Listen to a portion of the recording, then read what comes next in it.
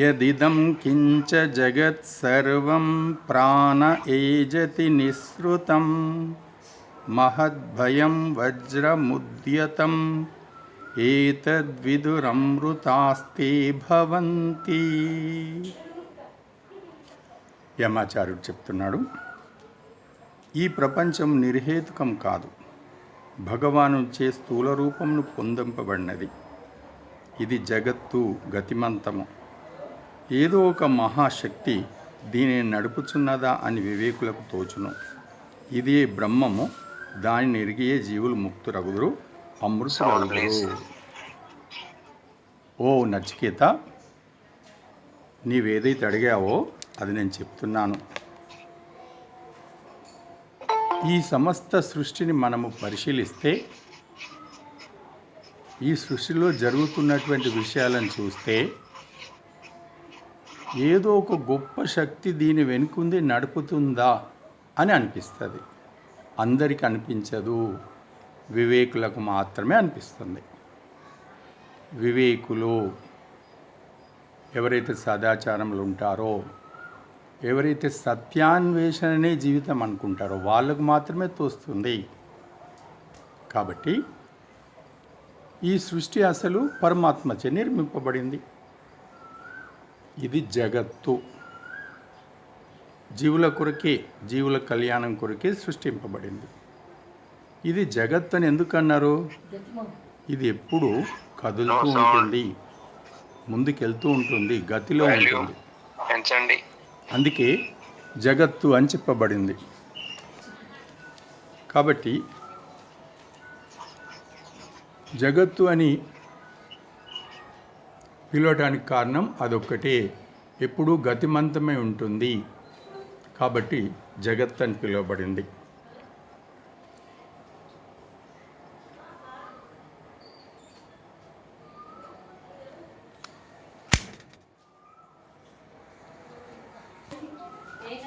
ఈ ప్రపంచము సదా కదులుతూ ఉంటుంది, సదా ముందుకు వెళ్తూ ఉంటుంది కాబట్టి గతివంతమైంది, కాబట్టి జగత్తు అంటారు.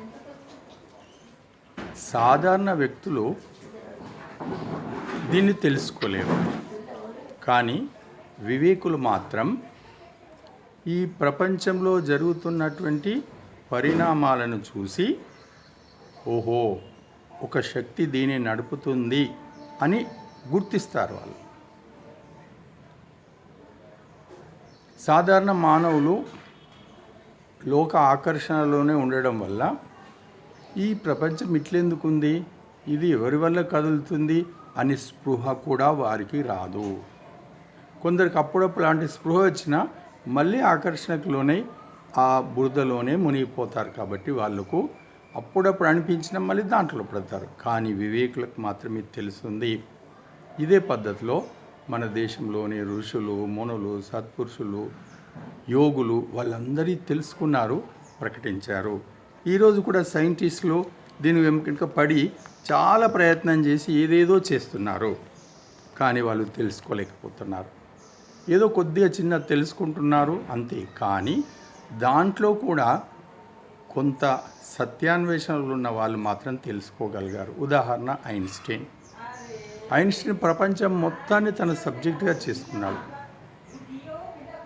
చేసుకుని ప్రపంచం మొత్తానికి సంబంధించినటువంటి ఒకే ఒక సూత్రాన్ని తయారు చేశాడు, కెమికల్ ఈక్వేషన్, E=mc². అప్పుడు ఏం చెప్పాడంటే, ఈ ప్రపంచం అంతా శక్తిమయము.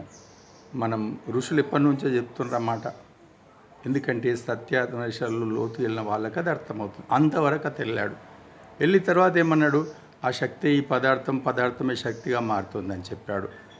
చివరికి అతని యొక్క చివరి దశలో, జీవితంలో చివరి దశలో అతడు ఏమన్నాడంటే,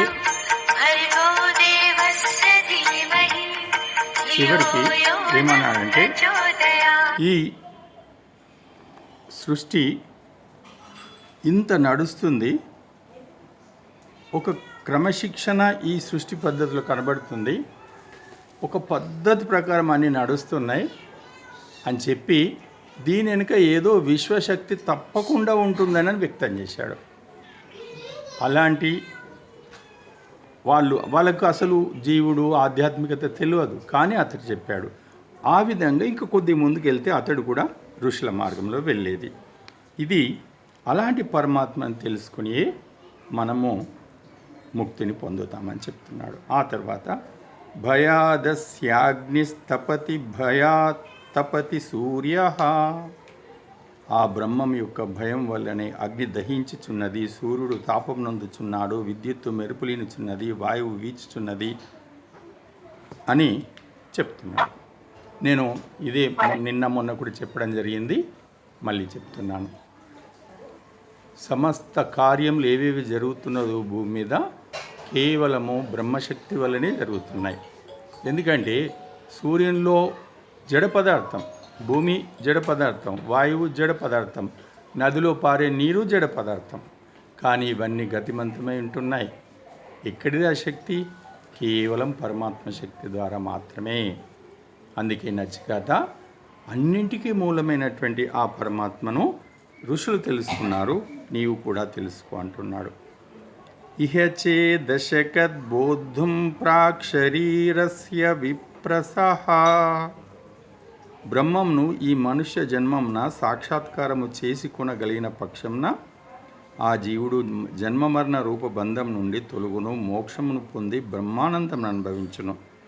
అట్టి జీవుడు అనంతరంన మరల మనుష్యాది జన్మలను పొందును. మనకు అనేక శాస్త్రాలు చెప్పబడింది. ఈ భూమి మీద లక్షలాది యోనులు జన్మలు ఉన్నాయి. మనం కళ్ళతో కూడా రకరకాల జీవులను చూస్తున్నాం. కానీ అన్నింటిలలో కూడా శ్రేష్ఠుడు మానవుడు అని చెప్పబడింది. మానవుడు శ్రేష్ఠుడవుటకు అతనిలో ఉన్నటువంటి ఒకే ఒక విశేషం బుద్ధి. ఇతర విషయాల్లో మానవును మించిన సామర్థ్యాలు కూడా మిగతా జంతువులు కలిగి ఉన్నాయి. కానీ మానవుల్లో ఉన్నటువంటి ఏకైక విశేషం బుద్ధి. బుద్ధి ద్వారానే మానవుడు అనబడుతున్నాడు. కానీ అతని బుద్ధి ఎంత గొప్పదంటే మానవుడికి భగవంతుని ద్వారా ఇవ్వబడ్డటువంటి బుద్ధి ఆత్మ సామర్థ్యం ఎంత ఉందో అంత సామర్థ్యాన్ని తను తెలుసుకోగలిగినంత బుద్ధి అది. కానీ ఇతర జీవులకు ఇవ్వబడినటువంటి బుద్ధి సీమితం. అనగా తమ జీవనంలో ఉన్నటువంటి నిత్యకర్మలు పూర్తి చేయడానికి మాత్రమే బుద్ధి పనికొస్తుంది, అంతకన్నా పనికిరాదు. కానీ మానవుల్లో ఎలా ఉంది? ఆత్మ సామర్థ్యాన్ని సమర్థం ఉపయోగించి ఆలోచించేంత సామర్థ్యం ఇతని బుద్ధికి ఉంది. అంటే ఏంటిది? సాధారణ పనులు చేస్తాడు. అతడు ఒక గ్రామాన్ని ప్రకాశింపచేయగలుగుతాడు, ఒక దేశాన్ని పరిపాలించగలుగుతాడు, సమస్త భూమండలానికి చక్రవర్తి కాగలిగినంత సామర్థ్యం మానవ బుద్ధిలో ఉంది. ప్రపంచ మానవులందరినీ కళ్యాణ మార్గంలో నడిపేంటి సామర్థ్యం కూడా మానవ బుద్ధిలో ఉంది. అంతేనా? ఆ మానవుడికి ఇటు ప్రయత్నం చేస్తే అసలు నేనెవరు? ఈ శరీరం కాదు, మరి నేను ఎందుకు కదులుతున్నా, ఎందుకు మాట్లాడుతున్నా, ఈ శక్తి ఏమిటి? అది కూడా తెలుసుకొని చివరికి ఓహో జడమైనటువంటి ఈ శరీరం నందు జడము కాని చైతన్యమైన ఆత్మను నేను అని తెలుసుకునే సామర్థ్యం కూడా ఈ బుద్ధికి ఉంది. అంతేనా?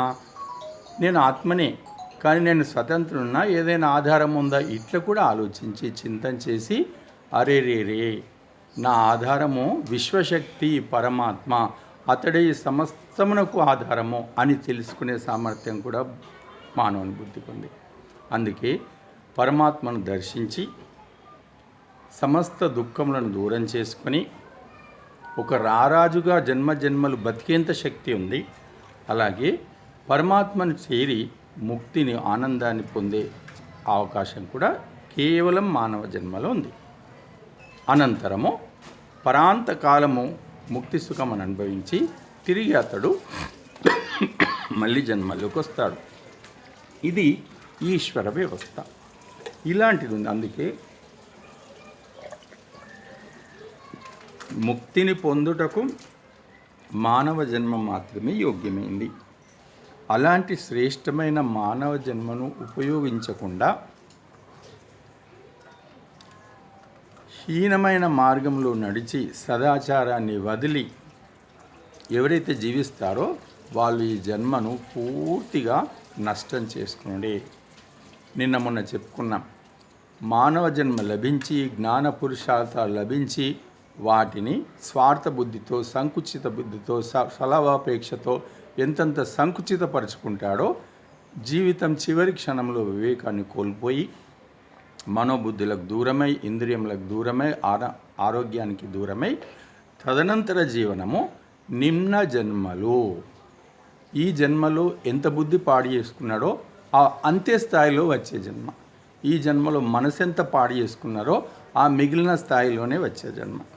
ఇంద్రియములు ఎంతెంత పాడు చేసుకున్నాడో అంత పాడైపోయి ఆ మిగిలిన స్థాయిలోనే వచ్చే జన్మగా అతడు పొందుతాడు. కాబట్టి ఈ విషయాన్ని గమనించినటువంటి జ్ఞానులు అశాశ్వతమైనటువంటి వజ్రవైడూర్యాల వెనుక తన జీవితాన్ని పాడు చేసుకొని పడరు.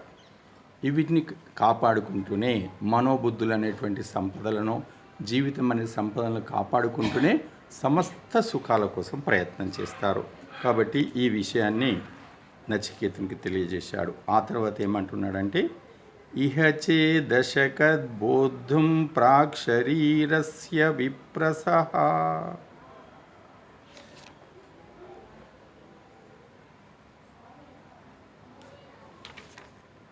యథా దర్శే తథాత్మని యథా స్వప్నే తథా పితృలోకే. మనకు మధ్యలో చెప్పినటువంటి విషయాన్ని మళ్ళీ గుర్తు చేస్తున్నాడు. ఆ బ్రహ్మమును ఎవరికి తెలుస్తాడట? బ్రహ్మము పరమాత్మ, పరమేశ్వరుడు, బ్రహ్మము, ఇవన్నీ భగవంతుని యొక్క పేర్లే. ఎందుకు అనబడ్డది అనేది కూడా దానికి అర్థాలు ఉన్నాయి. అతడు అత్యంత సమీపంలో ఉన్నాడు, మనలోనే ఉన్నాడు, కానీ మనల్ని గుర్తించాం. ఎవరు గుర్తిస్తారట? ఆ మాట చెప్తున్నాడు. ధ్యానశీలురకే బ్రహ్మము సాక్షాత్కరించును. ధ్యానం వల్ల బుద్ధి శుద్ధమైనప్పుడు దర్పణమున ప్రతిబింబం స్పష్టమవునట్లు బ్రహ్మము స్వ ఆత్మయందు దర్శింపదగును. అలాగే గురుజనులు, విద్వాంసులు, బ్రహ్మజ్ఞులు అనువారి సాంగత్యంన బ్రహ్మ విజ్ఞానం సంపాదించి ధ్యానమునర్చు వారికి క్రమముగా బ్రహ్మము ఎరుగవీలగును. మళ్ళీ ఒకసారి ఇంతకుముందు చెప్పింది చెప్తున్నాడు. పరమాత్మ సదా సమస్త జీవులకు సమీపంగా ఉండి వారి యోగక్షేమాలు మొత్తం చూసుకుంటూ ఉంటుంటాడు. కానీ జీవుడు లోకాకర్షణకు లోనై తనను అన్ని చూసుకుంటున్న ఆ కళ్యాణకారి పరమాత్మను గుర్తించాడు. అతడు గుర్తించకున్నా, జీవుడు గుర్తించకున్నా పరమాత్మ అతనికి మేలు చేస్తూనే ఉంటాడు. తనను గుర్తిస్తే ఎక్కువ మేలు, గుర్తించకపోతే తక్కువ మేలు అని పరమాత్మ దగ్గర ఉండదు. కానీ ధ్యానశీలురైనటువంటి వ్యక్తులు ఎవరైతే ధ్యానమగ్నులై ఉంటారో వాళ్ళు నిరంతరం చేస్తున్న ధ్యానము, స్తుతి, ఉపాసన వల్ల శుద్ధ బుద్ధిని పొందుతారు. ఎప్పుడైతే శుద్ధ బుద్ధి వాళ్ళకు లభిస్తుందో అట్టి బుద్ధి అందు, అట్టి ఆత్మయందే లోపల ఉన్నటువంటి పరమాత్మ దర్శింపబడతాడు, దర్శనమిస్తాడు. ఏ రకంగా? మనం ఒక అద్దం తీసుకొని అద్దం ఎదుట నిలబడితే మనం దాంట్లో స్పష్టంగా కనబడతాం. అద్దం ఎదుట నిలబడడం వల్ల అద్దంలో ఎట్లా కనబడుతున్నామో అలాగే శుద్ధ బుద్ధి ద్వారా మన ఆత్మయందే మనకు పరమాత్మ కనపడతాడు అని చెప్పబడుతున్నాడు. ఏ రకంగా? అది గురుజనులను, విద్వాంసులను మనము అనుసరించడం వల్ల. ఎందుకంటే మనకు ధ్యానమగ్నత, బుద్ధిశుద్ధత అంత సులభంగా వచ్చేది కాదు. ఎందుకంటే పుట్టి నుంచి ఇప్పటి వరకు ఏర్పాటు చేసుకున్న వృత్తులు ఉన్నాయి. జన్మజన్మల్లో చేసుకున్న వృత్తులు కూడా మనోబుద్ధుల మీద చాలా ఇట్లా డిపాజిట్ అయి ఉన్నాయి. అవి నిన్ను ధ్యానశీలతకు రానివ్వవు, లోపలికి చూడనివ్వవు. కానీ విశేషణ సాధన చేయాలి. అది ఎప్పుడు సాధ్యమవుతుంది? ఎవరైతే అనుభవపూర్వకమైన గురువులు, విద్వాంసులు ఉన్నారో వాళ్ళని అనుసరించడం వల్ల అని అనేకసార్లు చెప్పి మళ్ళీ ఈ మంత్రంలో కూడా చెప్తున్నారు. ఎందుకంటే వాళ్ళు నిత్యం ఉపాసనలు ఉంటారు, నిత్యం పరమాత్మతో సంబంధితమై ఉంటారు. నీవు వాళ్ళతో శ్రద్ధగా వాళ్ళని అనుసరించాలి. అనుసరించి వాళ్ళ సాన్నిధ్యంలో సులభంగా నీకు వాళ్ళ బోధన వల్ల జ్ఞానం అబ్బుతుంది. వాళ్ళ సహచర్యం వల్ల కూడా నీళ్ళు ఎన్నో మార్పులు వస్తాయి. అప్పుడు నీకు కూడా ఉపాసన చేయాలనేటువంటి కోరిక పెరుగుతుంది. నువ్వు పురుషార్థం చేయాల్సిన శక్తి కూడా వాళ్ళ నుంచి నీకు లభిస్తుంది. అందుకే గురువులను అనుసరించి నీవు నిన్ను ఉన్నతిపరచుకో, ధ్యానమగ్నుడవు కమ్మో, ఆ పిదప పరమాత్మను పొందుమని చెప్పబడింది. అయితే ఈ గురు పరంపర మన దేశంలో మొదటి నుంచి ఉంది. తనకు ఊహల్లోకి వచ్చి ప్రపంచమేంటో తెలిసేంత వరకు మాత్రమే తల్లిదండ్రులకు దగ్గర ఉండేది. మన దగ్గర ఇంతకుముందు 8 సంవత్సరాల వయసు వచ్చేంత మాత్రమే తల్లిదండ్రులు. ఆ తర్వాత తల్లిదండ్రుల దగ్గర ఉంచకూడదు, ఎవరైనా ఉంచితే వాళ్ళు శిక్షార్హులు అని కూడా మన శాస్త్రాల్లో చెప్పబడింది. అందుకే 8 సంవత్సరాలు దాటితే ఉపనయనం చేసి ఎవరైతే అనంతరత్వ తల్లి తండ్రి అయినటువంటి గురువుకు అప్పచెప్పేది. ఆ గురువు దగ్గర వీళ్ళందరూ నేర్చుకునేది. ఈ విధంగా చెప్పబడింది. కాబట్టి ఆచార్య దేవోభవ అంటే ఏంటిది? ఆచార్యుల పాదపూజ చేయడం కాదు. మరి ఏంటిది? ఆచార్య దేవోభవ అనగా అతడి నుండి సమస్త జ్ఞానమును పొందుట, పురుషార్థమును పొందుట, సదాచార సంపన్నుడగుట. ఇది మొట్టమొదటి ఆచార్య దేవోభవ, ఆచార్యుని పూజ అంటే. అనంతరము ఆచార్యుడు నిర్వహిస్తున్నటువంటి కార్యాలను తాను పాల్గొని సఫలం చేయుట. ఈ రెండే కార్యాలు ఆచార్య దేవోభవ కానీ గురు పూజ అంటే ఇదే. కానీ గురు పూజ అంటే పాదపూజ అని మన వేదాల్లో ఎక్కడ లేదు. అట్లా ఎవరైనా ఆలోచిస్తే కూడా వాళ్ళ ఆలోచనలు పక్కన పెట్టుకోవాలి. ఇక ఇంద్రియానాం పృథక్ భావముద యస్తమయౌచ యత్ పృథ గుత్పద్యమానానాం మత్వా ధీరోన శోచతి. ఇంద్రియములు, శరీరము, మనసు, బుద్ధి ఆత్మ కంటే భిన్నములు అని గుర్తింపవలెను. ఇట్లు గుర్తించిన విద్వాంసుడు ఇంద్రియముల వినాశనముకు చింతపడడు, బ్రహ్మమును ఇంద్రియాల కంటే ఇరుగా గుర్తించి సదా ఆనందమగ్నుడై ఉండును. ఈ లోకంలో అందరూ భయానికి గురవుతూ ఉంటారు, దుఃఖాలకు గురవుతూ ఉంటారు. అందుకే శాస్త్రంలో చెప్పింది ఆహార నిద్ర భయ మైథునంచ అని చెప్పబడింది. ఈ 4 మానవులకు, ఇతర ప్రాణులకు, మానవులకు సమానమే. నిజమే. మనం అనేక మందిని చూస్తాం, భయానికి లోనవుతూ ఉంటారు, దుఃఖానికి లోనవుతుంటారు. కానీ జ్ఞానులు మాత్రమే ఎట్టి భయానికి, దుఃఖానికి లోను కారు. కారణం ఏంటి? కారణం ఒక్కటే. సాధారణ వ్యక్తులు ఈ శరీరము, మనసు, బుద్ధి ఇవే తనుగా భావిస్తారు, ఇదే నేనుగా భావిస్తారు. కానీ ఇంతకు మించి తన స్వరూపాన్ని తెలుసుకోరు. కానీ జ్ఞాని నేను ఈ శరీరము, ఇంద్రియములు, మనసు, బుద్ధి ఇది కాదు, నేను ఆత్మను, ఇవన్నిటికన్నా భిన్నమైన ఆత్మను. ఆత్మగా నేను శాశ్వతుడు, నాకు చావు లేదు. కానీ ఇంద్రియములు, మనసు, బుద్ధి ఇవి ఎప్పుడైనా నన్ను వదిలిపెట్టిపోయేవే ఇది గుర్తిస్తాడు. ఎప్పుడైతే ఇవి వేరు, నేను వేరు అని గుర్తించిన పిదప అతడు వీటి గురించి ఎన్నడూ దుఃఖపడడు, భయపడదు. అరే నాకు మృత్యు వస్తుందేమో, అస్సలకే భయపడడు. మృత్యు అనేది ఈ జీవన గమనంలో ఒక అంశము, అది వస్తుంది, పోతుంది. శరీరంలో నాకు శాశ్వతము, ప్రవాహ రూపంలో ఈ శరీరం పోతే మళ్ళీ ఒక శరీరం వస్తుంది. వచ్చే జన్మలో ఏ శరీరం వస్తే ఇతనికి తెలుసు. ఏ రకంగా తెలుసు? తాను సదాచార సంపన్నుడై ధర్మ మార్గంలో ఈశ్వర వ్యవస్థకు అనుగుణంగా కొనసాగితే ఈ జన్మలో ఏ శరీరం ఉందో ఇంతకన్నా ఉత్కృష్టమైన శరీరమే వచ్చే జన్మలో వస్తుందని స్పష్టంగా అతడు చూస్తాడు. కాబట్టి ఈ శరీరం పోయితే అతడు భయపడదు. అలాగే ఇంద్రియములు మిగతావన్నీ కూడా అతనికి బలం చేసుకోవడం తెలుసు. అవి తన ఉపకరణములు, వాటిని ఉపయోగించుకోవాలని అతనికి తెలుసు. అవి పోతే వస్తాయని తెలుసు. కాబట్టి అతని జీవితంలో భయానికి స్థానం లేదు, అతని జీవితంలో దుఃఖానికి స్థానం ఉండదు. అందుకే మనకు శాస్త్రాల్లో చాలా చెప్పబడింది, పరమాత్మను తెలుసుకొని ఏ సమస్త దుఃఖములు దూరమగును, పరమాత్మను తెలుసుకొని ఏ సమస్త భయాలు దూరమగును. ఇదొకటే మార్గము. ఇది మనం అనుసరించాలి. అందరికీ దారిని కూడా మనము చూపించాల్సిన అవసరం ఉంది. న సందృశే తిష్టతి రూపమస్య న చక్షుషా పశ్యతి కశ్చనైనం హృదా మనీషా మనసా విక్షుప్తో. పరబ్రహ్మం తత్వము ఎట్లు గ్రహింపనవును ఇప్పుడు చెప్తున్నాడు. పరబ్రహ్మము రూపము కంటికి తెలియనది కాదు, మరి ఏ ఇంద్రియమునకు కూడా తెలియకున్నది కాదు. బ్రహ్మము ప్రాకృతిక రూపమే లేదు, దాన్ని గ్రహించుటకు చిత్త చాంచల్యము దూరం కావలెను. నిర్మల బుద్ధితో అయ్యది గ్రహింపనగును, అట్లు బ్రహ్మమును గ్రహించిన వారే మృత్యువును జయించి అమరులగుదు. ఈ విషయాన్ని మళ్ళీ మళ్ళీ తెలియజేస్తున్నాడు. పరబ్రహ్మ పరమాత్మను తెలుసుకోవాలి అని అందరికి అనిపించదు. తెలుసుకోవాలని అనిపించిన వాళ్ళకు కూడా వాళ్ళు ప్రయత్నం చేయరు, కానీ అత్యంత సులభం. ఏ విధంగా స్పష్టంగా చెప్తున్నాడు, చిత్త చాంచల్యంను దూరము చేసుకునేవలెను. చంచలమై కదలాడుతున్న మనసు స్థిరమైన పరమాత్మను గ్రహించలేదు. మనసు స్థిరమైతేనే స్థిరమైన పరమాత్మను గుర్తిస్తుంది. కాబట్టి మొట్టమొదలు మానసిక చాంచల్యత్వాన్ని దూరం చేసి మనసును స్థిరపరచుమో, బుద్ధిని స్థిరపరచుమో.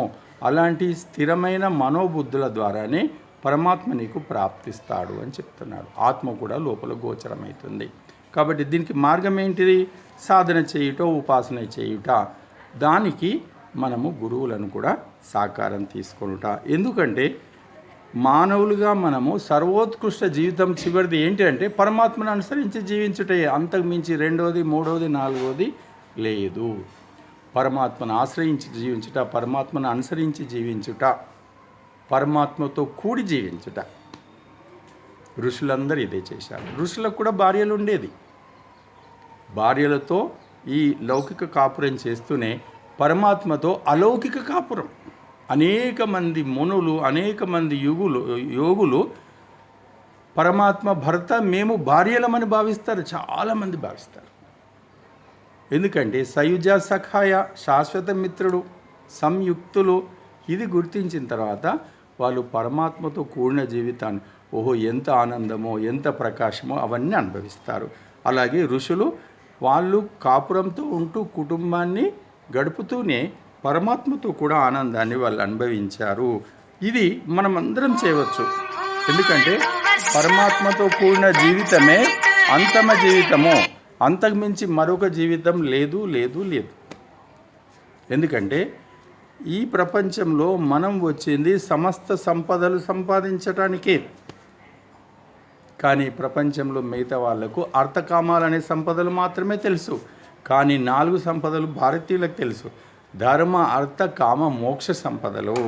అందుకే మనం 4 రకాల సంపదలు, ఓహో కొండలు గుట్టలుగా ధనం సంపాదించినట్టే ధర్మాన్ని సంపాదించాలి, బుద్ధి అనే సంపదను సంపాదించాలి, మనసు అనే సంపదను సంపాదించాలి.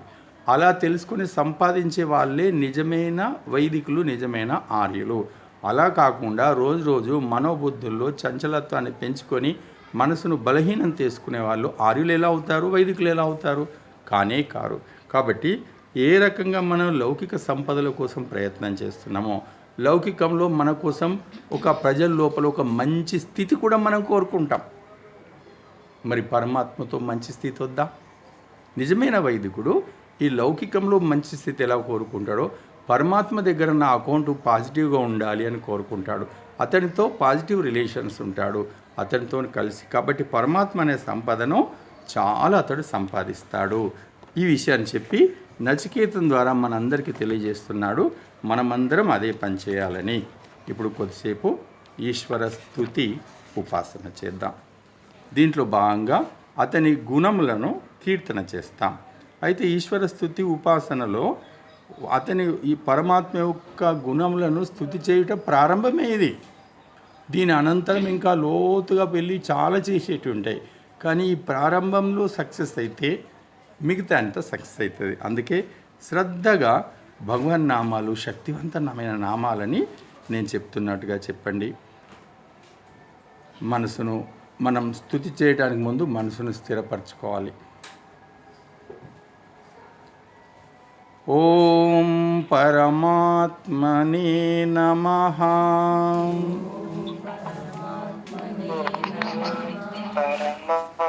ఓం పరమేశ్వరాయ నమః.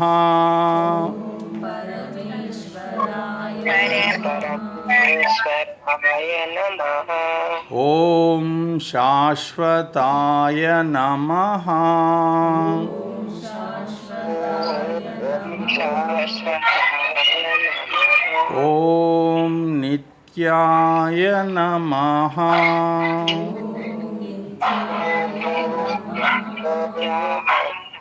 ఓం అనంతాయ నమః.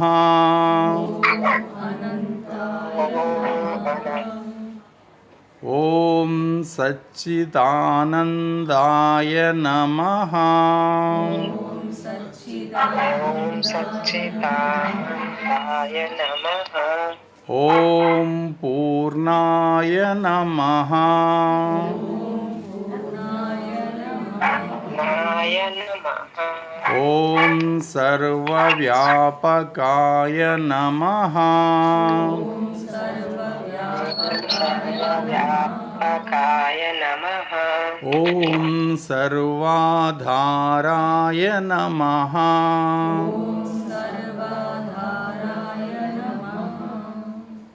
ఓం సర్వేశ్వరాయ నమః. ఈశ్వరాయ నమః. ఓం సర్వాంతర్యామినే నమః.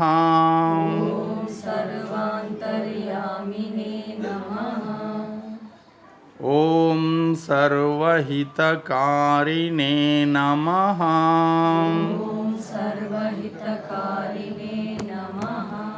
ఓం సర్వశక్తిమతే నమః.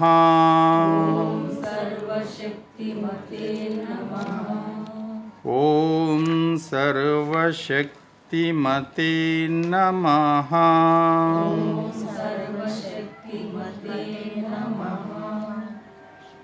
बोलो वैदिक धर्म के परमपित परमात्मा के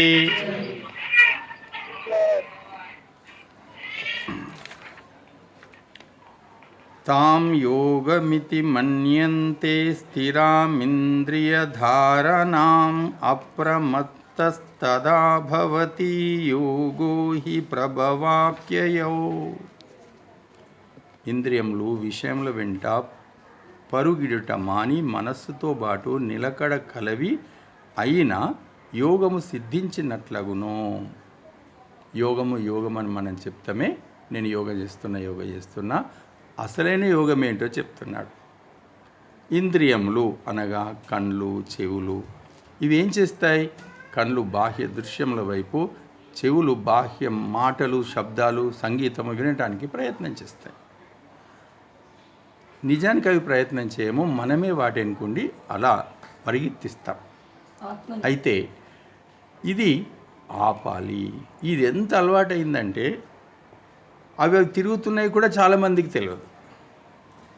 మళ్ళీ ఆ తిరుగుట అవి అలా తిరుగుతూ ఉంటుంటాయి నిత్యము. ఇక్కడ కూర్చున్నా సరే, ఒంటరి కూర్చున్నా తిరుగుతాయి. రోడ్డు మీద ఉంటే అది వేరు, ఇంట్లో కూడా కూర్చున్నా, ఒంటరి కూర్చున్నా తిరుగుతుంటాయి. ఇతడు ఆలోచించేది కళ్ళ ముందు లేకున్నా అది తిరుగుతూనే ఉంటుంది లోపల. అరే నేను ఇంతగానం ఎందుకు దింపుకుంటున్నా, మనసు ఈ ఇంద్రియాలు ఇంత తిరిగితే నా మనోశక్తి బాగా క్షీణిస్తుంది అని కూడా గుర్తించాడు.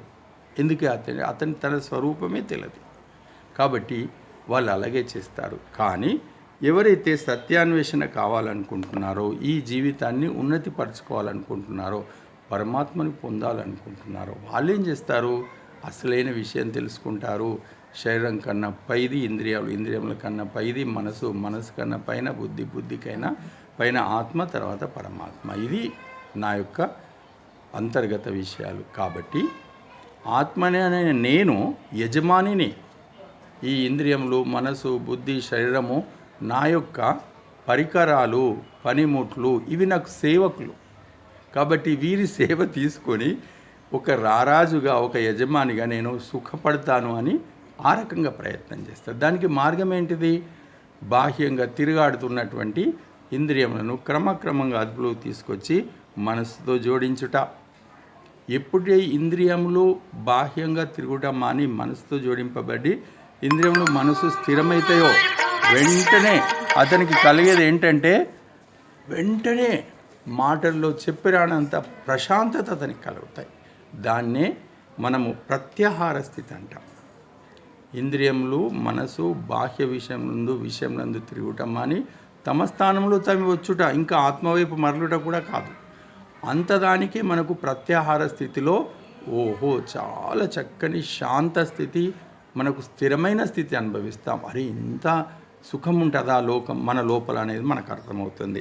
అక్కడ ప్రారంభించమని చెప్తున్నాడు.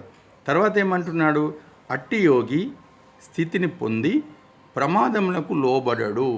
ఎవరైతే ఇంద్రియములను స్వాధీనం చేసుకొని మనసును స్వాధీనం చేసుకొని తన అదుపులో ఉంచుకుంటారో అతడు ప్రమాదములకు లోను కాడు.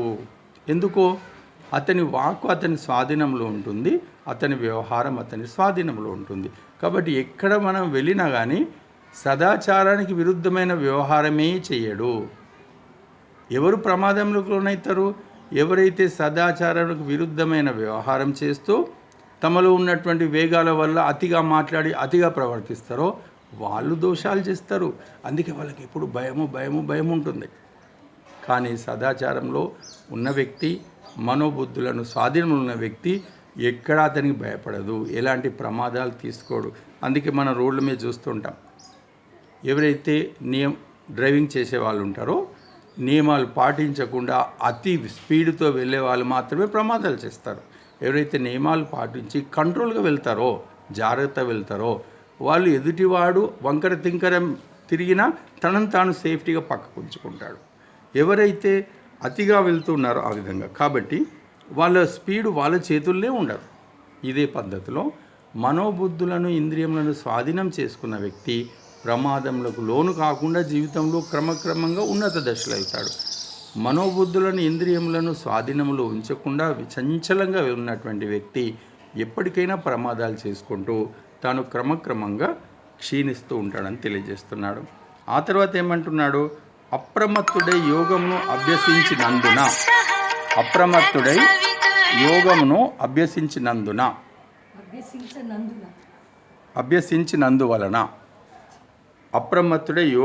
అభ్యసించినందువలన దుష్ట సంస్కారములన్నీ క్రమంగా నశించి సాత్విక సంస్కారములు ఉదయించును. ఇది చాలా గొప్ప విషయం, సైంటిఫిక్ విషయం. అప్రమత్తుడై అనగా జాగరూకుడై నిరంతరం యోగం అభ్యసించుట. యోగం అభ్యసించుట అంటే ఏంటిది? ఆత్మతో జోడించుకుంటా, పరమాత్మతో జోడించుకుంటా. ఏ రకంగా? సదాచారం అనుసరించి.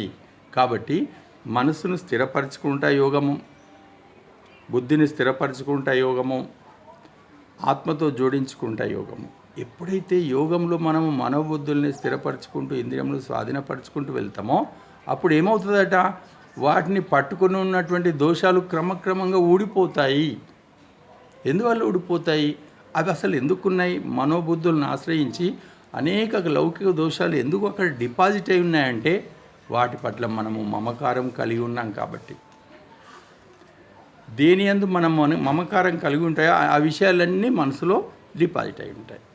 ఎప్పుడైతే ఇతడు వాటి వల్ల నాకు వచ్చేదేం లేదు, మనసు స్థిరమైతే అన్నీ వస్తాయి అని తెలుసుకుంటాడో అప్పుడు మనసు స్థిరం కావడం మీదనే దృష్టి పెట్టి వల్ల మనసు నేచురల్ స్థితికి వచ్చేసరికి దాన్ని అంటుకొని ఉన్న మిగతా అన్నీ ఊడిపోతాయి. ఈ రకంగా దీంట్లో ఏం చెప్తున్నాడంటే అనేక రకాలైనటువంటి దోష వృత్తులు, దోష సంస్కారాలు క్రమక్రమంగా నశించును అని తెలియజేస్తున్నాడు. దీన్నే మనకు భస్మీభూతమవుతాయని మనకు శాస్త్రాలు చెప్పబడతాయి. మళ్ళీ ఇంకోటి ఏ రకంగా నశిస్తాయి? ఎందుకంటే అతడు వీటన్ని అనుభవిస్తే ఎంత కష్టమవుతుందో దీన్ని అనుసరించడంలో కూడా అంతే కష్టం అతనికి అవుతాయి. అతడు కష్టపడకుండా ఏది కాదు, వీటిని నిజానికి వేరే జన్మ తీసుకొని అనుభవిస్తే ఎంత శ్రమ అవుతుందో వీటిని పాటించడంలో కూడా అంతే శ్రమ అవుతాయి. కాబట్టి అవి తొలగిపోతాయి, వాటి ఫలితాన్ని ఇచ్చే తొలగిపోతాయి. ఆ తర్వాత చెప్తున్నాడు ఏంటంటే నశించి సాత్విక సంస్కారములు ఉదయించునని చెప్తున్నాడు.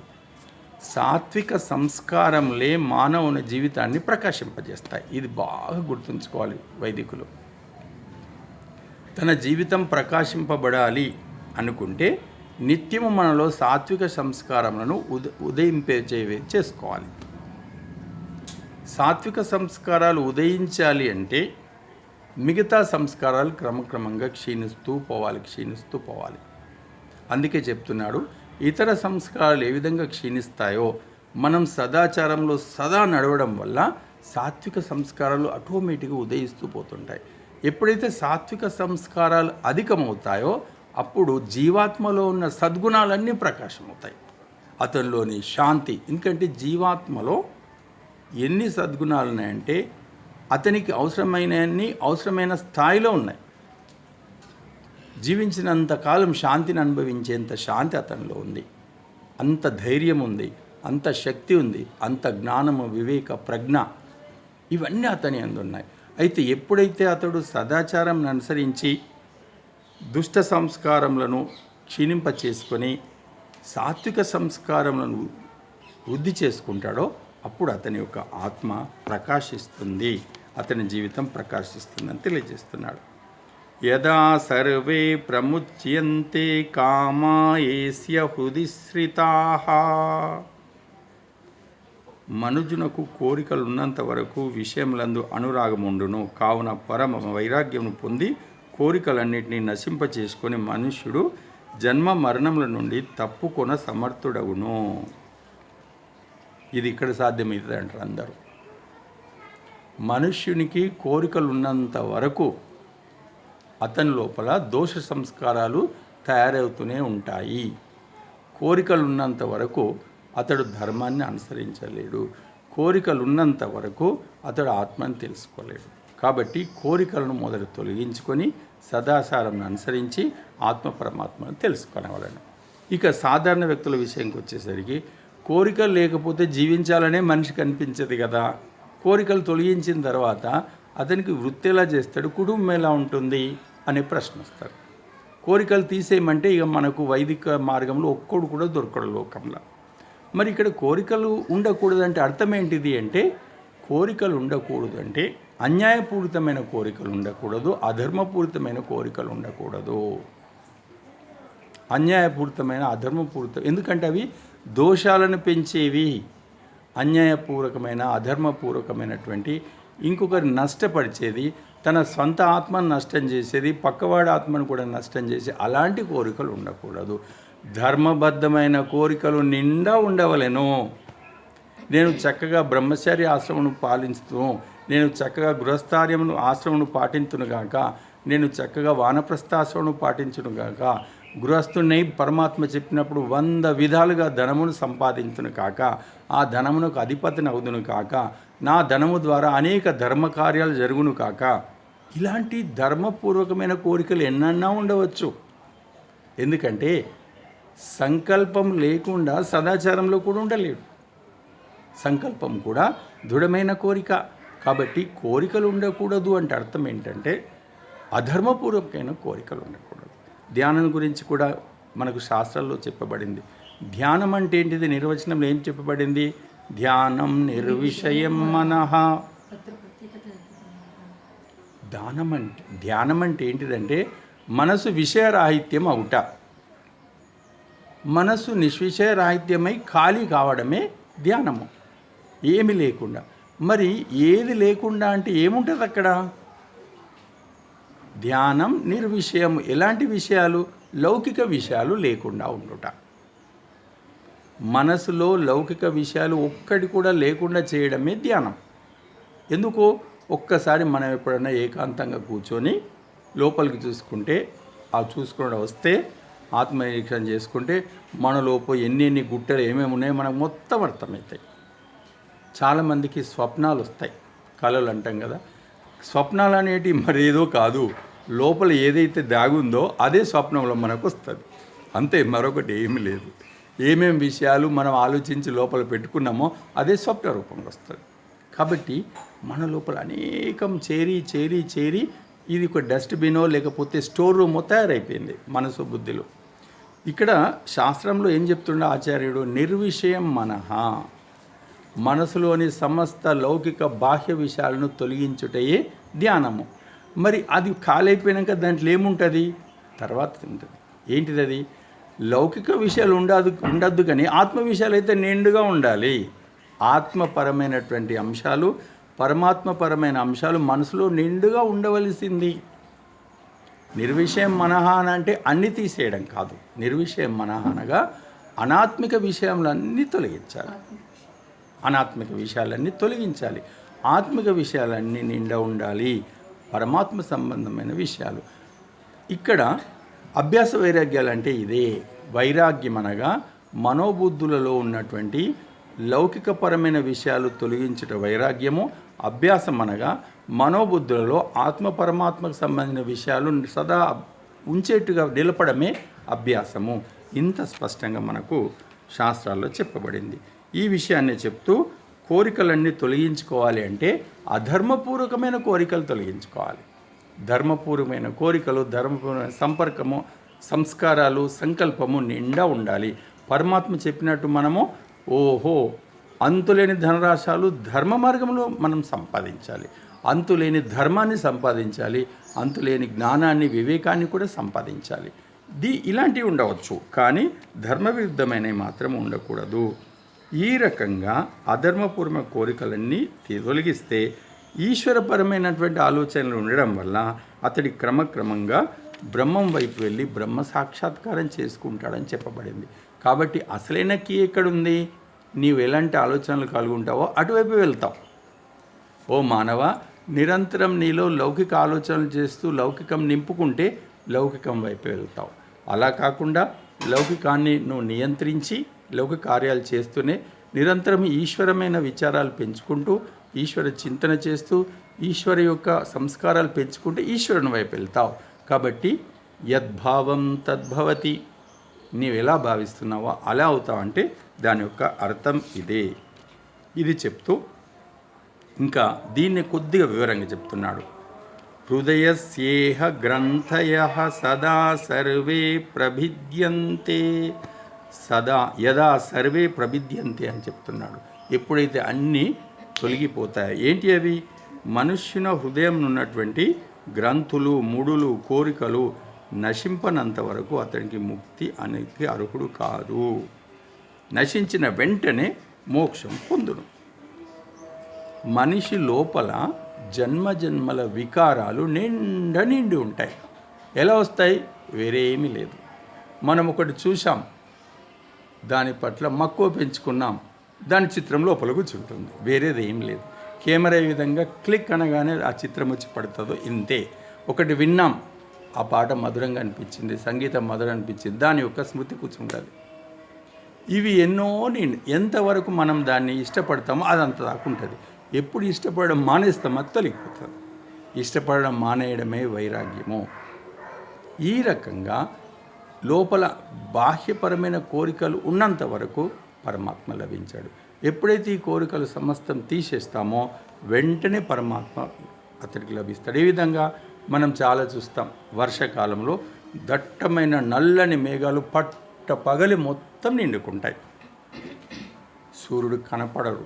నిజానికి సాయంత్రం అయిందా, రాత్రి అవుతుందా అని కూడా అప్పుడప్పుడు అనిపిస్తుంది. కానీ కొద్దిసేపటి తర్వాత ఒక విపరీతమైన గాలి వస్తే నల్లని మేఘాలన్నీ కొట్టుకుపోయితే అప్పుడు మళ్ళీ సూర్యుడు పైననే మన తల మీదనే ప్రకాశిస్తాడు. మరి ఏమైంది అక్కడ? నల్లని మేఘాలు కమ్ముకున్నాయి. అలాగే మన లోపల ఆత్మసూర్యుడు నిరంతరం ప్రకాశిస్తున్నాడు. లోపల పరమాత్మ సూర్యుడు కూడా ఎప్పుడు ప్రకాశిస్తాడు. మేఘాలు వచ్చి చీకటి వచ్చినంత మాత్రాన సూర్యుడు లేడు అనే పిల్లవాడంటే పర్వాలేదు, కానీ పెద్దోడు అంటే అదేంటో మనకు అర్థమవుతుంది ఇతడేంటో అనేది. అలాగే లోపల మనలో కామనలు, వాసనలు అనే నల్లటి మేఘాలు పోతాయి. దాంతో అతడు ఆత్మను గుర్తించాడు, పరమాత్మను గుర్తిస్తుంది. కాబట్టి పరమాత్మ ఉన్నాడని కూడా అతడు అనుకోడు. కానీ జ్ఞానికి తెలుసు, ఓహో నాలో ఇలా ఏదో వికారాలు వచ్చి నిండాయి, అందుకే నాకు ఈశ్వర భావాలు రావట్లేదు. వెంటనే దూరం చేసుకుంటాడు. ఎలా దూరం చేసుకున్నా అతనికి తెలుసు. సంకల్పం మాత్రాన దూరం చేసుకుంటాడు. అదే అభ్యాసంలో ఉంటాడు. కాబట్టి ఈ రకంగా సమస్త భౌతిక కోరికలు, భౌతిక వాంఛలు దూరం పెట్టు. జ్ఞానికి ఎంత తెలుసు అంటే భౌతిక కోరికలు, భౌతిక వాంఛలు పెట్టుకొని భౌతికంలో ఎంత సుఖాన్ని నేను అనుభవిస్తానో ఇది ఆత్మసుఖం ముందు చిన్నది అతనికి తెలుసు. ఎప్పుడైతే పరమాత్మ సుఖం ఇంకా దూరం, ఆత్మసుఖాన్నే కనీసం ప్రత్యాహార స్థితికి వస్తేనే ఎంత అంటే అతడు మాటల్లో చెప్పలేనంత సుఖం లోపల అనుభవిస్తాడు. దాని ముందు బాహ్యంగా లక్షల కోట్ల రూపాయలతో అనుభవించే సుఖం చిన్నది అతనికి. అందుకే అతడు బాహ్య విషయంలందు పరిగెత్తడో సదా లోపల సుఖాన్ని అతను పొందుతాడు. లోపల సుఖం పొందేవానికి రోగాలు ఉండవు, ఎందుకంటే ఆత్మశక్తి వల్ల ఏ రోగము రాదు. కానీ బాహ్య సుఖములు పొందుతున్న వ్యక్తికి వెంటనే దాని వెనుక రోగం వస్తుంది, ఎందుకంటే ఆ సుఖాల వెనుక వెంటనే దుఃఖం అనేది ఉంటుంది. కాబట్టి ఈ రకంగా లోపలన్న వాసనలను నశించినంత వరకు ముక్తి అర్హుడు కాదు, నశించిన వెంటనే అతనికి మోక్షం లభిస్తుంది అనే విషయాన్ని కూడా తెలియజేస్తున్నాడు.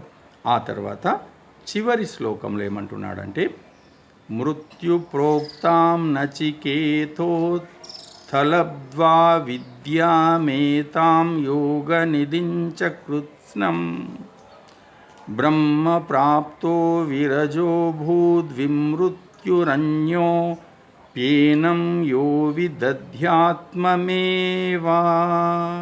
అనేటువంటి శ్లోకంతో ఈ ఉపనిషత్తుని ఇక్కడ ముగిస్తున్నాడు. ఏమంటున్నాడు? యముడు చెప్పిన ఆధ్యాత్మిక విద్యను, యోగ విధిని పూర్ణంగా తెలుసుకొని నచికేతుడు బ్రహ్మప్రాప్తి కలవాడై నిర్మలుడయ్యేను. యమాచార్యుడు అన్ని రకాల పరీక్షించి నచికేతుడు యోగ్యుడు అని తెలుసుకున్న తర్వాత చెప్పడం ప్రారంభించాడు. ఎందుకంటే ఇది పరావిద్యలు, శ్రేష్ఠ విద్యలు. శ్రేష్ఠ విద్యలో నియమం ఉంటుంది, ఎవరు యోగ్యుడో వారికి మాత్రమే ఆత్మవిద్యలు బోధించవలెను. యోగ్యత లేని వారికి బోధించకూడదు, అడిగని వారికి అసలే బోధించకూడదు. ఎవరైతే శ్రద్ధతో అడిగారో, వినయం ఉండదో, శ్రద్ధ ఉండదో వాళ్ళు పాత్రులు కాదు, వాళ్ళకు కూడా బోధించకూడదని నేను చెప్తలేను, ఋషులు పుస్తకాల్లో రాశాడు. అయోగ్యుల చేతిలో పడితే దీనికి అవమానం కలుగుతుంది, అలా అవమానం చేయకూడదు. కానీ ఎవరైతే యోగ్యులో వాళ్ళకి తప్పక చెప్పాలి, ఎవరైతే శ్రద్ధతో అడుగుతారో వాళ్ళకి తప్పక చెప్పాలి. ఇంకా యోగ్యులైన వారు మనకు తెలిస్తే వాళ్ళని పిలుచుకొని నాన్న ఈ మార్గంలో వీళ్ళని మనమే చెప్పాలి, అతనికి దీని అందు ప్రేరణ కలిగేటట్టు చేయాలి. అయోగ్యులు డాంబిక ఆచారంతో రకరకాలు అడిగినా కానీ వాళ్ళ అయోగ్యత వల్ల వాళ్ళకి చెప్పకూడదని చెప్పబడింది. అయితే యమాచార్యుడు అన్ని రకాల నచికేతును పరీక్షించి ఇతడు యోగ్యుడే, ఎందుకంటే అనేక ప్రలోభాలు చూయించాడు. నచికేతుడు దేనికి లొంగలే, ఇతడు యోగ్యుడని తెలుసుకున్నాడు. కాబట్టి ఇంతవరకు మనకు చదివిన చెప్పుకున్నటువంటి సమస్త శాస్త్రాలను చక్కగా చెప్పాడు. ఏమేమి వచ్చాయి దీంట్లో? ఆత్మవిద్య వచ్చింది, వారు బోధించిన 3వ వరం లోపల ఆత్మవిద్యతో పాటు బ్రహ్మ విద్య వచ్చింది, అలాగే పరమాత్మను పొందే ఉపాసన విద్య వచ్చింది, మోక్ష విద్య. ఈ 3 విద్యలను చక్కగా చెప్పాడు. తర్వాత నచికేతుడు ఏకసంతాగ్రాహి కాబట్టి సమస్తం గ్రహించాడు, ధ్యానమగ్నుడయ్యాడు, దాన్ని పొందాడు. అప్పుడు ఏమవుతుంది? వెంటనే మనసు నిర్మలమవుతుంది. ప్రవచనాల్లో సత్సంగం చాలామంది కూర్చుంటారు, కానీ అందరికీ మనసు నిర్మలం కాదు. ఎందుకంటే సత్యమును గ్రహించుటకు, అసత్యమును త్యజించుటకు అందరూ సిద్ధంగా ఉండరు. మాటల్లో చెప్తారు, అందరితో పాటు జై అంటారు, కానీ ఆచరణలో చెయ్యరు. ఎందుకంటే వాళ్ళతో సాధ్యం కాదు, పైకి మాత్రమే చెప్తారు. కానీ కొందరు మాత్రము మనము ప్రవచనాలు వింటూ దాంట్లో కనబడుతున్న సత్యాన్ని గ్రహించి వెంటనే తెలుసుకొని గ్రహిస్తారు. అక్కడ వింటూ ఉన్న దాంట్లో అసత్యం ఎప్పుడైతే తెలుస్తుందో వాళ్ళు ఎన్నో రోజుల నుంచి పాటిస్తున్న దాన్ని వెంటనే అక్కడే త్యజిస్తారు. వాళ్ళు మాత్రమే ఉన్నతి పొందుతారు. ఈ లోకంలో ఆత్మికోన్నతి ఎవరు పొందుతారు? ఒక్కటే మార్గం ఉంది. ఎవరైతే సత్యమును గుర్తించగానే వెంటనే గ్రహించి స్థిరపరచుకుంటారో, ఎవరైతే ఎన్నో ఏళ్ళ నుంచి ఒక అసత్య విషయాన్ని తెలియక పాటిస్తూ ఉన్నప్పటికీ ఆ క్షణంలో ఒక గురువు ప్రవచనాలు తెలుస్తుందో ఇది అసత్యం అని గుర్తిస్తారో వెంటనే త్యజిస్తారు. ఇటువంటి వాళ్ళు మాత్రమే ఆత్మికోన్నతి పొందుతారు. అలా కాకుండా అనేక సంవత్సరాలు వైదిక మార్గంలో ఉన్నప్పటికీ ఎన్నడూ సత్యం కనబడుతున్న దాన్ని గ్రహించాడు, అసత్యం లోపల ఎంతో కనబడుతున్న దాన్ని త్యజించాడు. గురువు బోధనలు ఎన్నో తెలుస్తాయి, కానీ అసత్యాన్ని త్యజించాడు, సత్యం గ్రహించాడు. వాళ్ళు జన్మలు వైదిక మార్గంలో ఉన్న వాళ్ళలో ఉన్నతి ఉండదు. కానీ నచికేతుడు ఒక్కసారి బోధకే అతని లోపల మొత్తము మనసు నిర్మలమైంది.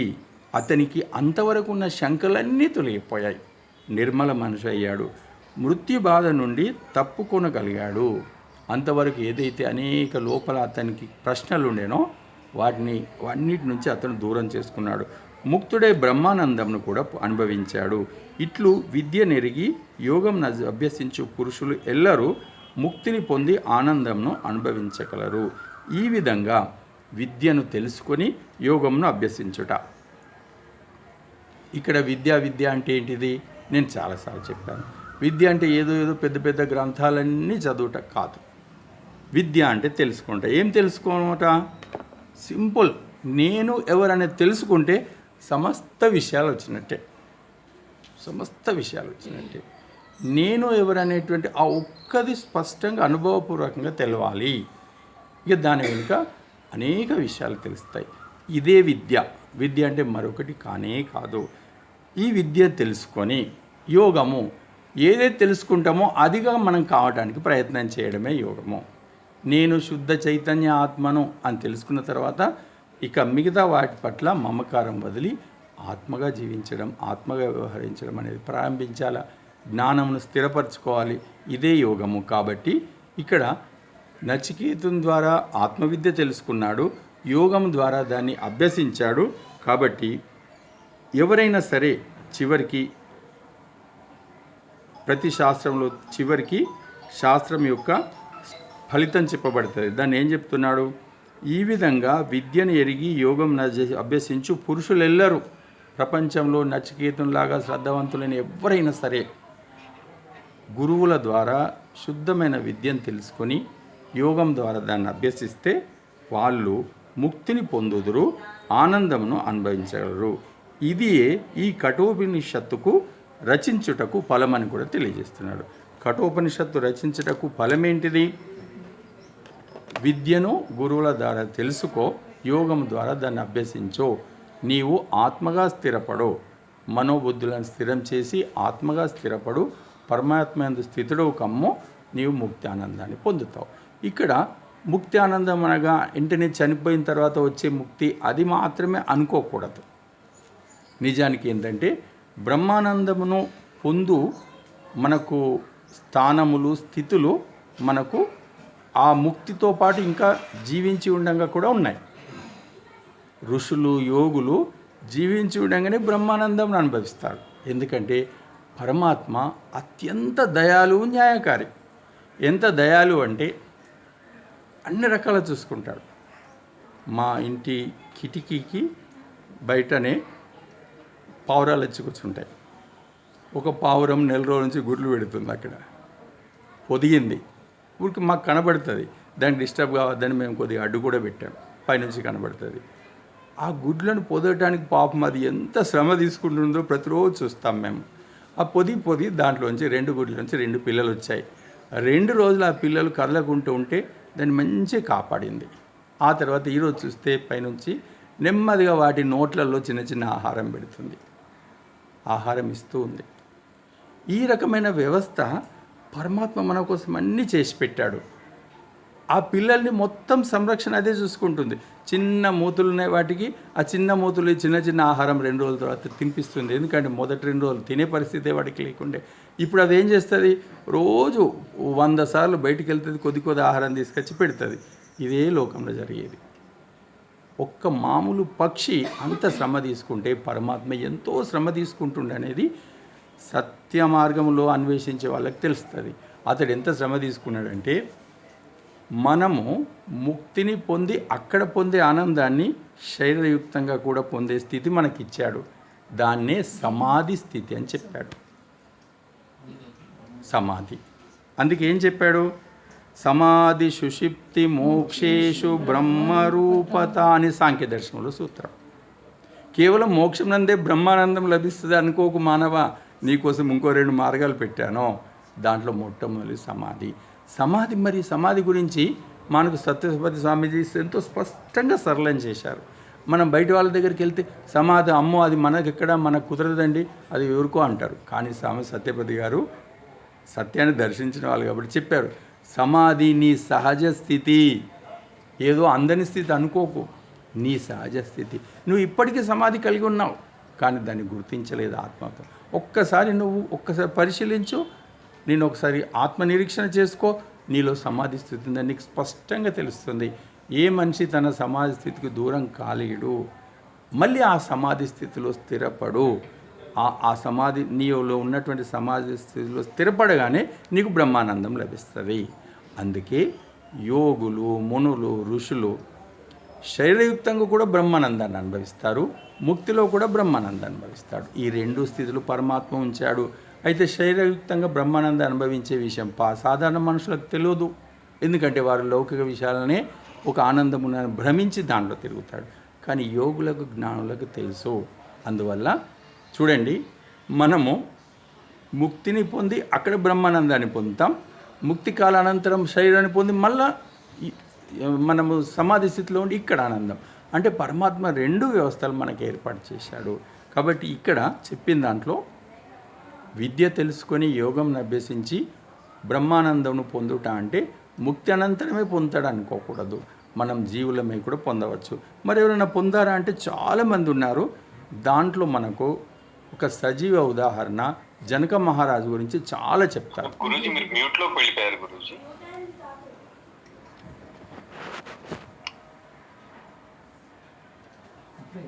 అదే పడిపోయింది.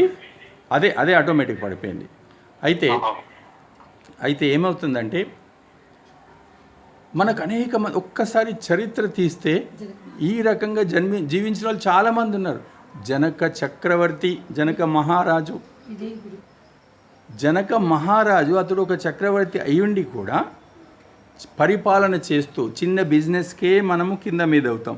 అతడు సామ్రాజ్యాన్ని పరిపాలిస్తూ కూడా సదా పరమాత్మయుక్తుడే బ్రహ్మానందం అనుభవించాడు. అందుకే జనక చక్రవర్తిని జనక మహర్షి అని కూడా అన్నారు. జనక మహర్షి అనుకున్నాడు. కాబట్టి ప్రపంచంలో లోకంలో వ్యవహారాలు వ్యాపారాలు పరిపాలన చేస్తున్నంత మాత్రాన మనం యోగులం కాలేమనేది ఎక్కడా లేదు. ఇతడు ఇలా చేస్తూనే అలా అయ్యాడు. అంతెందుకు, మనకు వ్యవహారంలో కొన్ని చెప్పబడతాయి. మనము మోచి షాపులకి ఎక్కడ వెళ్ళినా కానీ వాళ్ళ వెనుక ఒక ఫోటో ఉంటుంది. ఆ ఫోటోలో వాళ్ళ గురువు ఉంటాడు. ఆ గురువు మోచి పని చేస్తూనే ఉంటుంటాడు. కానీ అతడు గురువు, అతడి జీవితం అంతా మోచి పని చేశాడు. కానీ ఎంతో జ్ఞానం. అతని పేరు చెప్తారా? అయితే ప్రతి మోచి షాపులు ఉంటుంది అక్కడ. అతడు చక్కగా చేస్తూనే ఋషి ఒక ముని వేషంలో ఉంటాడు. ఎందుకు? అతడు మునిగా ఉంటాడు. అనేక మంది జ్ఞానులు అతని దగ్గరకు వచ్చి బోధ చేసుకుని పోయేవాళ్ళు. కాబట్టి మోచి పని చేస్తున్నంత మాత్రాన యోగి కాలేడని లేదు. అతడు కూడా మోచి పని చేస్తూ ఆ స్థితిలోకి వెళ్ళిపోయాడు. ఇంకా మనకు చేస్తే కుండలు చేసే చక్రధారి అని ఒకతను ఉంటుండే. ఆ సినిమా వచ్చింది. అతను కుండలు చేస్తుండేవాడు. కానీ ఒక గురువు అతన్ని గుర్తించాడు, ఓహో ఇతడు జ్ఞాని అని. ఆ తర్వాత అతనికి అంత బోధ చేశాడు. ఇంకా అతని శిష్యులు పెద్ద పెద్దోళ్ళు వస్తే కూడా ఇతని దగ్గర నేర్చుకోండి అని వాళ్ళకి చెప్పాడు. ఇతడు తెలుసు. ఏ రకంగా నీకు తెలుసు అంటే, మనం మట్టి కుండను కొనడానికి పోయితే కొట్టి చూస్తాం ఇది కరెక్ట్ ఉందా లేదా. నాకు ఆ విధంగా ఆత్మ ఏంటో పరమాత్మ తెలిసిపోయిందన్నారు. ఇంకోటి ఏంటిది, మనకు ఇక్కడ ఋషుల కాలంలో మనం చూస్తే, ఋషుల కాలంలో కొత్త వాళ్ళు శిష్యులుగా ఋషుల దగ్గరికి వెళ్తే వాళ్ళ స్వభావాలు చూసి వచ్చినటువంటి బ్రహ్మచారులకు వాళ్ళు కార్యాలు ఇచ్చే అందరిని కూర్చుండబెట్టి బోధ చేసేది కాదు. కొంతమందికి ఆవులు ఇచ్చి, ఒక 50 ఆవులు ఇచ్చి రోజు మేపుకరమ్మనేది. వాళ్ళు ఆవుల్ని తీసుకుపోయి చక్కని ఆ ప్రకృతిలో గమనిస్తూ ఆవుల్ని మేపుతూ ఆ ప్రకృతిలో ఏకాంతంలో అనేకం నేర్చుకునేది. అంటే ఏ వ్యక్తికి ఏది సరి అయింది వాళ్ళకి తెలుసు. ఆ విధంగా ఉంది. ఈ విధంగా మనం చూస్తే సమస్త కార్యాలు కర్తవ్య కార్యాలు చేసుకునే బ్రహ్మానందంలో ఉన్నటువంటి వాళ్ళు యోగులైన వాళ్ళు అనేక ఉదాహరణలు మనకు కనపడతాయి. కాబట్టి మనము కూడా అన్నిట్లో ఉండి చేయవచ్చు. కాబట్టి మనకు ఎంత చక్కగా కఠోపనిషత్తులో చెప్పబడిందంటే, ఓ మానవ, గృహస్థుడవు కా, పిల్లల్ని కనో, సంతాన పాలనం చేయు, వృత్తి చేయు. ఇవన్నిటితోని ఇది నా జీవితంలో భాగం ఎట్లా అనుకుంటున్నావో అదే పద్ధతిలో ఆత్మ అనేది నా నుంచి విడదీసేది కాదు, పరమాత్మ అనేది నాలో అత్యంత భాగం. ఈ రెండు మర్చిపోకు. కుటుంబంతో పిల్లలతో వృత్తితో జీవిస్తున్నట్టే మనసుతో ఆత్మతో పరమాత్మతో జీవించడం రెండూ చేయు. మనసు ఆత్మ పరమాత్మను వదిలి వృత్తిలోకి పరిగెత్తకు, కుటుంబం పరిగెత్తకు. వీటిని నిలుపుకుంటున్న అది చెయ్యు. ఇది ఒక్కటే. కుర్వన్నే వేహ కర్మ అని అంటే అదే అర్థము. నా కర్మ లిప్యతే నరే అంటే అదే అర్థము. ఇది తప్ప రెండో మార్గం లేదంటే కూడా అదే అర్థం. కాబట్టి మన శాస్త్రాలు ఎప్పుడు కూడా నువ్వు గృహస్థుడివై కర్తవ్య కర్మల్లో ఉండు, కానీ మనసు ఆత్మ పరమాత్మను వదిలి ఉండకు, వీటిని పట్టుకొని ఉండని చెప్పాడు. ఇదే శ్రేయో మార్గము. మనమందరం శ్రేయో మార్గం అనుసరించి, శ్రేయో మార్గం అనగా సదాచారం అనుసరించి ముందుకెళ్ళి నచికేతునిలాగా కూడా మనం కూడా బ్రహ్మానందాన్ని పొందే ప్రయత్నం చేద్దాం. ఇది శాస్త్రం, ఈ మొత్తం శాస్త్రం యొక్క ఫలితాన్ని కూడా చివరికి చెప్పబడింది. ఓహో, సమయం దాటిపోయింది కదా. ఇప్పుడు శాంతి పాఠం చెప్తాం. అందరు నాతో పాటు శాంతి పాఠం చెప్పండి.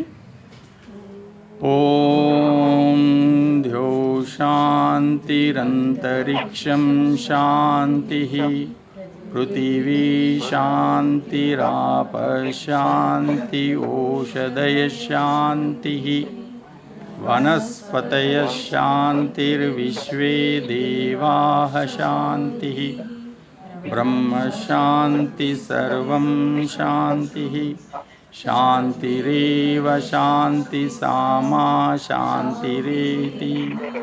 ఓం శాంతి శాంతి శాంతి. बोलो वैदिक धर्म के, वैदिक धर्म के परमपिता परमात्मा के